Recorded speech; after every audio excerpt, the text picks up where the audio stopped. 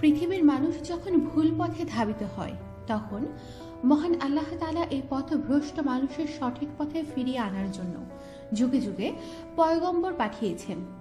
আল্লাহ তাআলার পাঠানো পয়গম্বরদের মধ্যে এমন একজন নবী আছেন যিনি স্বয়ং আজরাইল আলাইহিস সালামকে চড় মেরেছিলেন। আপনি জানেন কি কে আজরাইলকে চড় মেরেছিলেন? দোজাহানের মধ্যে হযরত মুসা আলাইহিস সালামই একমাত্র ব্যক্তি যিনি আজরাইল আলাইহিস সালামকে চড় মেরেছিল। মুসলমান হিসেবে আমরা কি সেই ঘটনাটা জানি?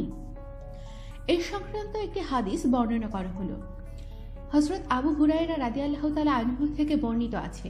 হাদিসে আছে, রাসূল সাল্লাল্লাহু আলাইহি সাল্লাম বলেছেন, মালাকুল মাউত জান কবজকারী ফেরেশতাকে মুসা আলাইহিস সালামের নিকট প্রেরণ করা হলো।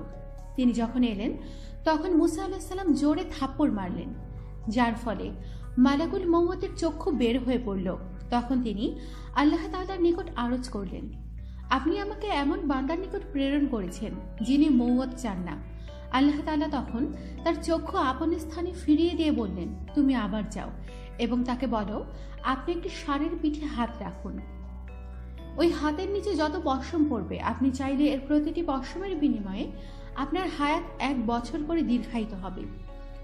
মুসা আলাইহিস সালাম এই কথা শুনে বললেন, এরপর কি হবে? আল্লাহ তাআলা বললেন, মৃত্যুই আসবে। মুসা আলাইহিস সালাম বললেন, তাহলে এখনই মৃত্যু দিন। উল্লেখ্য, বিখ্যাত হাদিস বিশারদগণ বলেন, মালাকুল মৌত মুসা আলাইহিস সালামের অনুমতি না নিয়েই মানুষের বেশে তার ঘরে প্রবেশ করেছিলেন। তখন তিনি তাকে চিনতে না পেরে বিনা অনুমতিতে ঘরে প্রবেশ করার কারণে চপেটাঘাত করেন। আমাদের সাথেই থাকুন, সাবস্ক্রাইব করুন।